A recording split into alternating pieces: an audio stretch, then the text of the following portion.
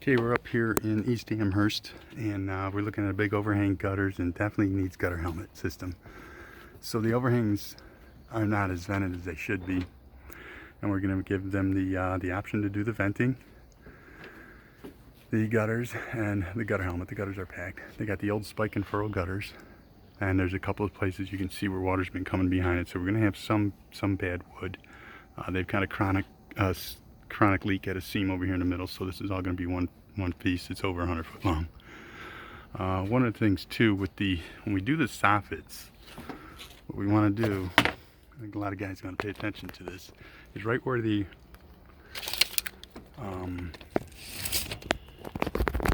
right where this crown molding hits right here. Okay, normally we want to get a level point from this fascia going all the way back to this.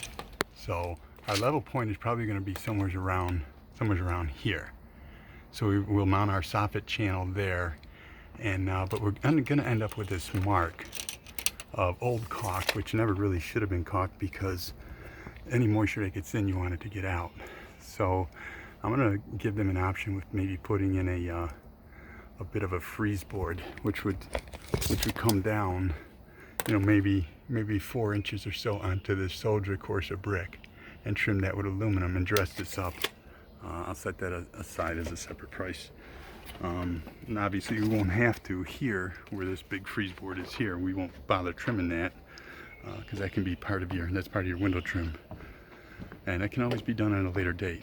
But and of course, and the freeze board can be done at a later date. You would just go ahead and Tapcon it into the brick and then cap it off. And if that caulk is too obtrusive and they don't like the way it looks, so money will pretty much dictate it.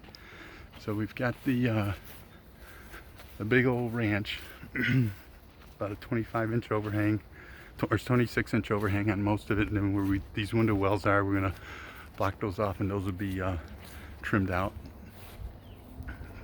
And what that does is that gives the nice thing about that, rather than taking and jogging our vinyl soffit into the overhangs, you see how this jog is? So if ever they replace these windows, what we would do is we would just basically run ourselves a 2x4 all the way across from end to end, the depth of the brick, trim that out with white aluminum.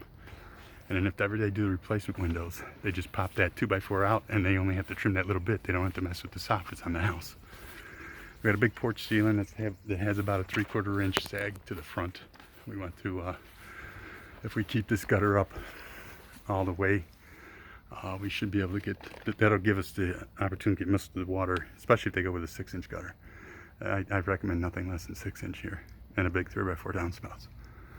Okay, pretty big project.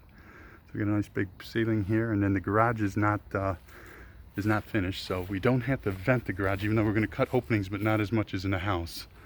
We're going to cut some more soffit openings, but the house will be a full vented soffit system. And then we'll be able to see how the insulation looks in the attic from there. Remove or install whatever spotlights there are.